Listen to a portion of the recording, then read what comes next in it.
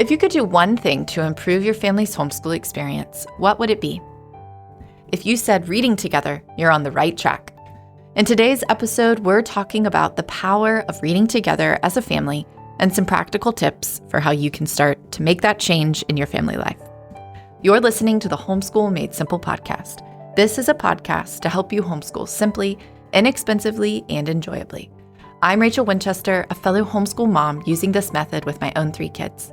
In this episode, I'm joined by a special guest, my husband Jesse, to talk about what reading together as a family looks like in our home and share some of our favorite books with you. Listen in. This week, I have a very special guest on the podcast who you may have heard before, but he is someone near and dear to my heart, is Jesse Winchester, my husband. Hello, welcome to the podcast. Thank you. Thanks for having me.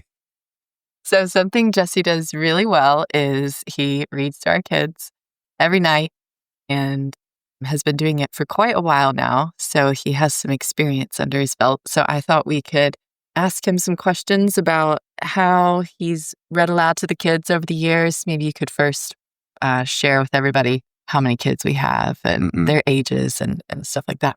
Hi. Yes, we have 3 children.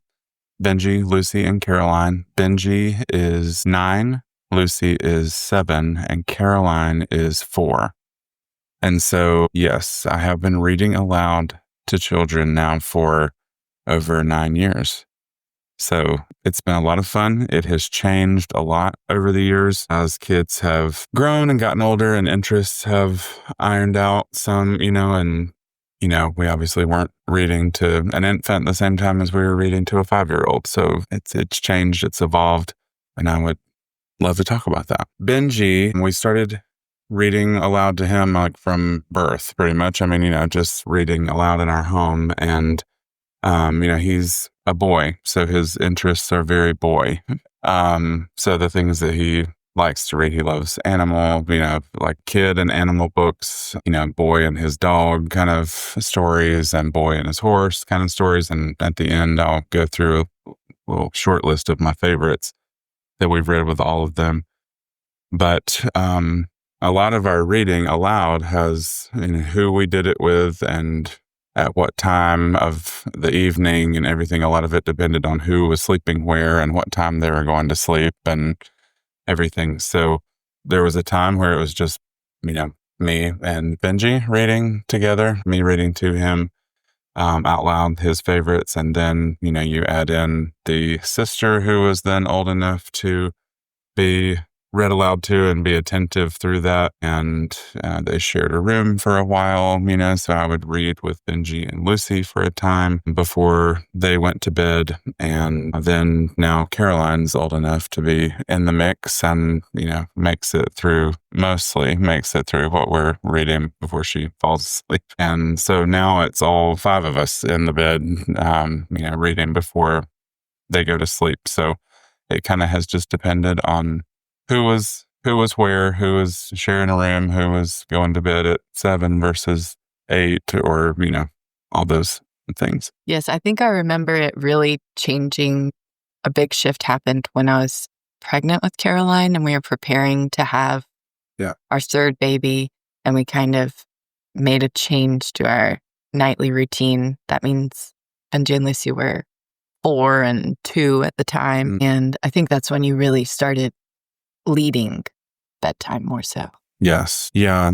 We had to make that change just because our lives were about to change, from going from 2 to 3. So I took the reins on bedtime, all the way from, after dinner, bath time, the silly song to get them to get in the bath. And then, from there, all right, we're all going to pile on the bed and be read to. We have a time where they tell what they're grateful for that from that day.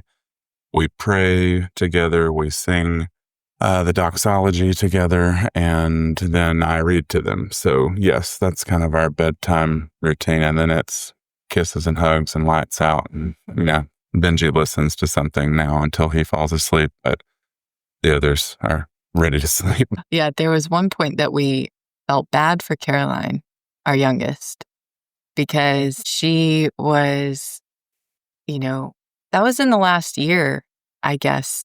So she was maybe 3, and we were feeling bad that she was not getting picture books read to her by Daddy in the same way that the other 2 had. And so, Yeah. Oh, that night was so sad. And it just, it does everything you try doesn't work all the time. You have to, punt and try something else. Yeah.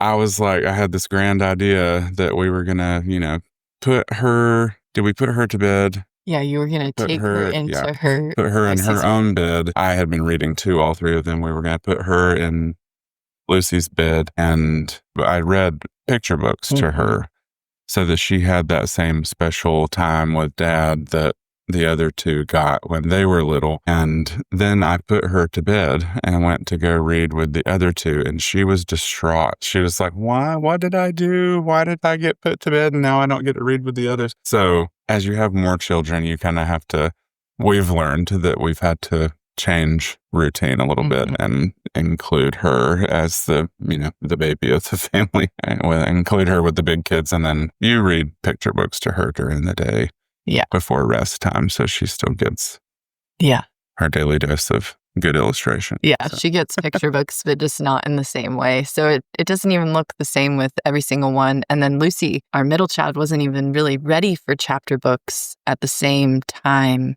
the same age that Benji really enjoyed them. And so you read to the girls nursery rhymes and different picture books for a while. And then that gave you special time with Benji to read more dad and son books. Rite of passage literature. Yes. Yes.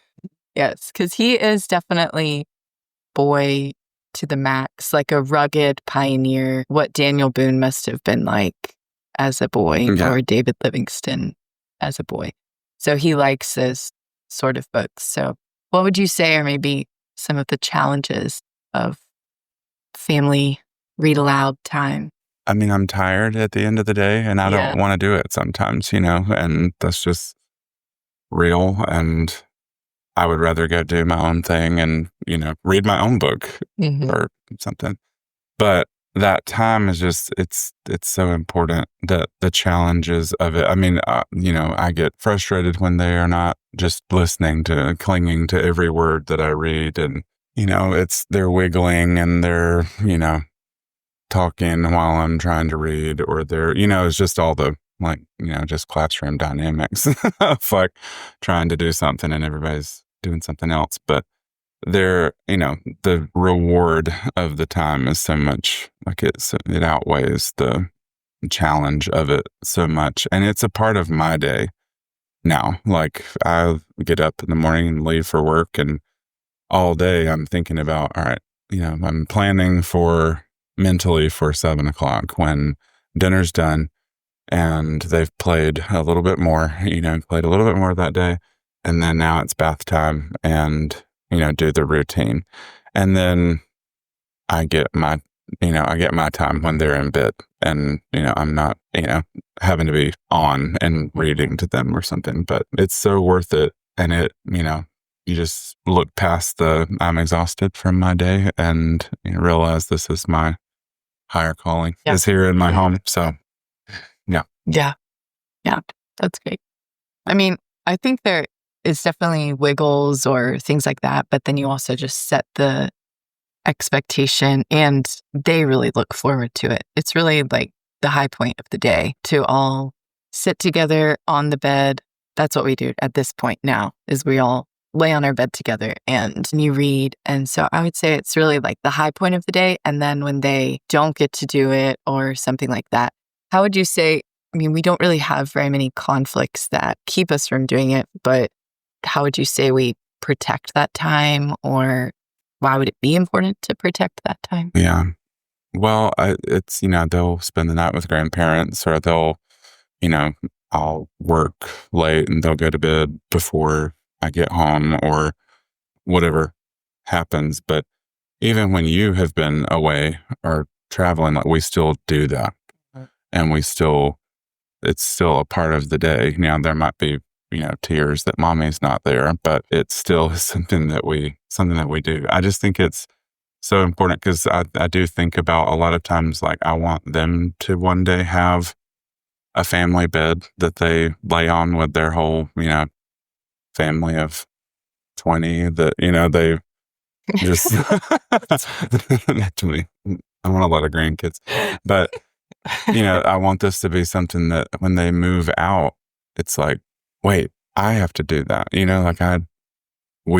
Of course, we read together at the end of the day and we pray together and we're together, we're not all just dispersed to and fro. So I think the protection over that time is really important to me. And I make a point to down to the logistical aspect of I don't have a job that keeps me out later than 7. That's on purpose, and it's really important to me to be home for dinner and for, and I know not everyone's in that situation, but, I think that time with your kids, and it's not just we read because Carol says we should read.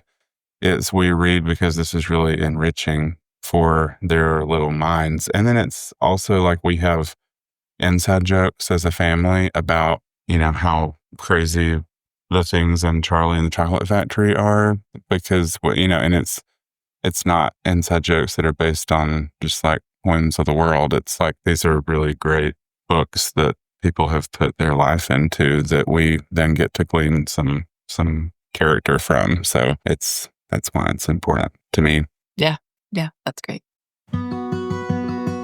JJ Side here with an update from our ministry partners, Crossway Books. Their new Lives of Faith and Grace series has got me really excited. I'm holding in my hands the story of Katie Luther, the nun who escaped to true freedom. Beautiful graphite illustrations throughout the books, maps, timelines, bonus sidebars, study questions, options for further reading. These books are highly entertaining, highly informative, and they're going to hold the attention of your 8-year-old, your 13-year-old, as you read about heroes from church history. And nothing is assumed. Vocabulary is defined. Things are described in interesting ways. You learn a ton. You have fun. Everything that I was able to read today in this series got me really excited for cracking these open with our kids. You can pick up the books in the Lives of Faith and Grace series wherever books are sold, or visit crossway.org/lives of faith to learn how to get 30% off with a free Crossway Plus account. I'd like to take a minute to tell you about the math program our family uses called CTC Math. Last week I was home on a day off and I had the pleasure of watching my 8-year-old son and my wife working together on their CTC Math. And I just found myself all over again enjoying how simple and engaging and clear the online videos were, the worksheet that I got to help them fill out, the way in which they got to check their answers and track their progress and look at their grades. I get to see all of my kids with their totally unique and different personalities, each engaging this math program and having fun doing it. So I can't commend it to you highly enough. There's even a 50% discount for homeschool families. You can go to ctcmath.com to learn more. So maybe you could share a few of we could start with when they were younger, some of the books you enjoyed reading when they were younger. Yeah, this has been my favorite thing about homeschooling and reading with my kids is I've gotten to go back and kind of read some of the things that I wish I had read when I was little. And I was read to, and we read a lot, but then just get a whole different approach now. I think one of the most formative authors that we've read especially when they were little is Lois Linsky. I love all the smalls, Policeman Small, Cowboy Small, The Little Auto, Little Airplane, all of her books. They're just so dear. Yeah. And just, you really learn early on what a family is like, and Yeah, Papa Small. Maybe your library have it. Papa Small. Yeah. If not, They're harder to find. Kind of expensive. Right. And I'm afraid to say that there are board books of some of them, but then the board books are abridged. So I recently, and I guess a year ago or so, got Lois Linsky's big book of Mr. Small. And so it's a collection and it has the full unabridged text and pictures of many of the small books. I think it was maybe $20 on thrift books. But if you get the hardback of some of them, we have the hardback of the little sailboat, and that's also unabridged. So, I mean, the board books are still sweet. It's just once you read the unabridged version, then you realize how much is missing from the board book. Yes. I did love when you found that unabridged version. Yeah. That's great. It was like eye-opening. Yeah. It changed our lives. I would dare say my favorite children's author is Robert McCloskey. Burt Dow, that one, you got to kind of get into character with it a little bit.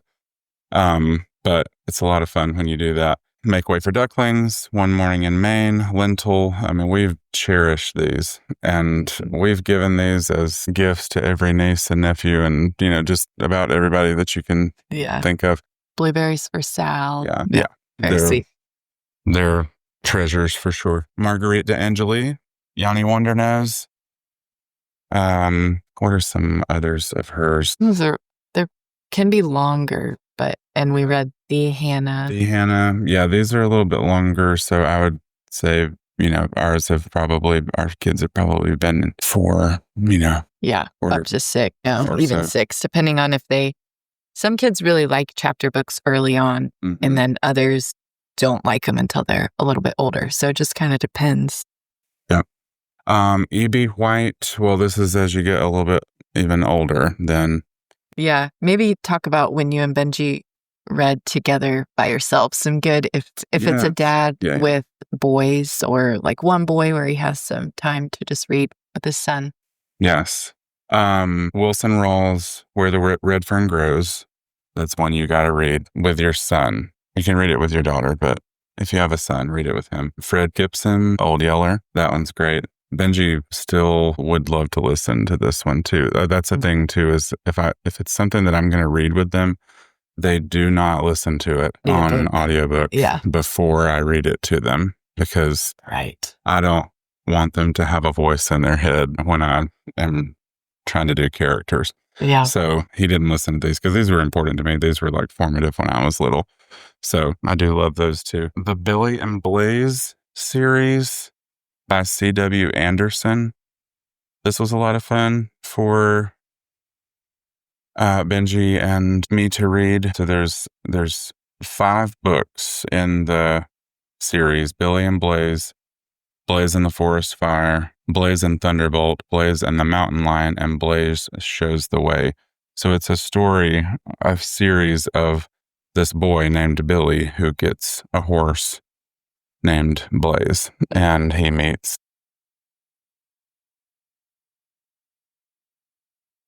and our kids love horses, so it's been a lot of fun. We don't have horses, so we kind of live vicariously through Billy. Yeah. And the drawings are really very good too. Yeah. Great illustrations. C.W. Anderson wrote and illustrated those. Benji and I also read together Charlie and the Chocolate Factory and Charlie and the Great Glass Elevator by Roald Dahl. These are interesting, and they're nothing like it's nothing like the movie that you saw. So it's just fun. It's a fun read, and it's one where you kind of read it and you'll look at each other along the way like, what in the world has happened? If you've ever read anything by Roald Dahl, you know what I mean. We also just finished James and the Giant Peach. Yeah, we read James and the Giant Peach, and you read The Twits one day per JJ's recommendation. Yeah, that was a JJ side recommendation. Yes, interesting literature. I can only really handle them in little doses, like a book at a time, and then have to move on to more reality-based. Or reality. Yeah. To pepper it in. But Benji and I went to the Greenville Theater and saw Charlie and the Chocolate Factory. Yeah. After we read that. So that was fun to have that experience with him. We went and watched a stage remake of that one. Yeah.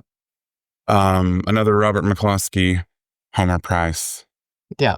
Chapter book. Yeah, that's a chapter book. With his illustrations. And there's a second one, Cinderberg Tales. Cinderberg Tales. And we haven't read that one yet, but we liked Homer Price. And then you read some Gary Paulson, I think, with Benji as well.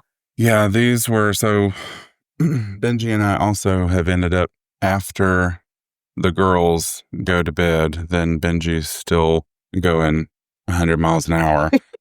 And yeah, Gary Paulson, Hatchet and The River. We've read so far of the Hatchet series. And this is just like, rite of passage, like boy becoming a man kind of stories. And I read these in 5th grade. Yeah. And so. Yeah, you probably have to really know your child on some of these, because if they are a more tender-hearted person, then some of these stories would need to wait for later. But then if they're a really not super tender-hearted person, still like caring and empathetic, but not, easily disturbed by difficult situations or, death. Like I read Hatchet with Benji, but I wouldn't read that with Lucy yet. Right. Yeah. Because, you got to know your audience for sure. So then once it was all of us together, so like a 3-4-year-old, 6-year-old, 9-year-old all together, then we kind of have tried to do things that would appeal to everybody and stories that everyone can keep up with. We've E.B. White wrote The Trumpet of the Swan and Charlotte's Web. Those are like every kid is ready to go to read these like as soon as possible. They're great and just really wholesome stories. So lots of fun with those. Okay, this is like these are heart books is what I'll call these with our whole family. The Sarah Plain and Tall series. So there's Sarah Plain and Tall, there's Skylark, and there's Caleb's Story in that order, right? Yes. Mm-hmm. By Patricia McLaughlin. They're awesome. Yeah. And just really great stories of a family in hard times that is saved by a woman who's plain and tall, And so they're just really great. And there's also there's 2 more, but we haven't gotten to those yet. Yeah. So we can't speak to this. But I'm sure they're great.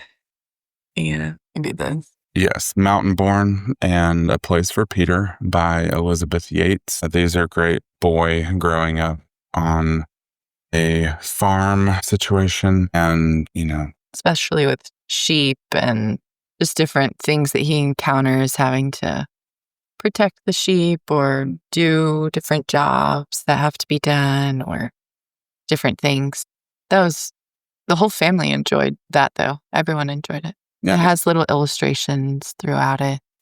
Yes. Yeah, these are great. Next, this is a big one. But have we read this twice with them? I think a couple times. Yeah. So Dangerous Journey is the story of Pilgrim's Progress. It is, a kid's version of the full Pilgrim's Progress story.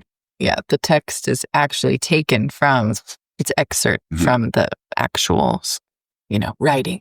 Yes.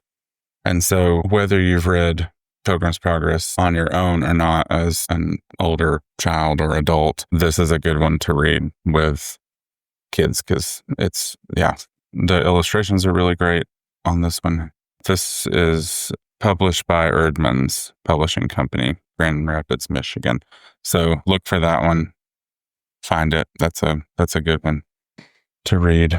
And then our current read is we're working our way through The Chronicles of Narnia. And that's another series that everyone has loved. Even Caroline, as a 4-year-old. Yeah. She's loving this. So I've never read these before. And so this has been really great to go through with the kids. We're kind of all experiencing it for the first time together. You've read some of them, right? Yeah, I've read some of them and listened to some on audiobook, but they're good. And it's kind of nice. We can read one or a few and then go read something else. I get burnout on series. So I like to just... Me too. And the kids do too. So we kind of read some and then leave it alone for a little bit and then come back to favorite authors or favorite characters and things and get some more. This was not an exhaustive list of what we've read together, but this is what we walked around the house and found.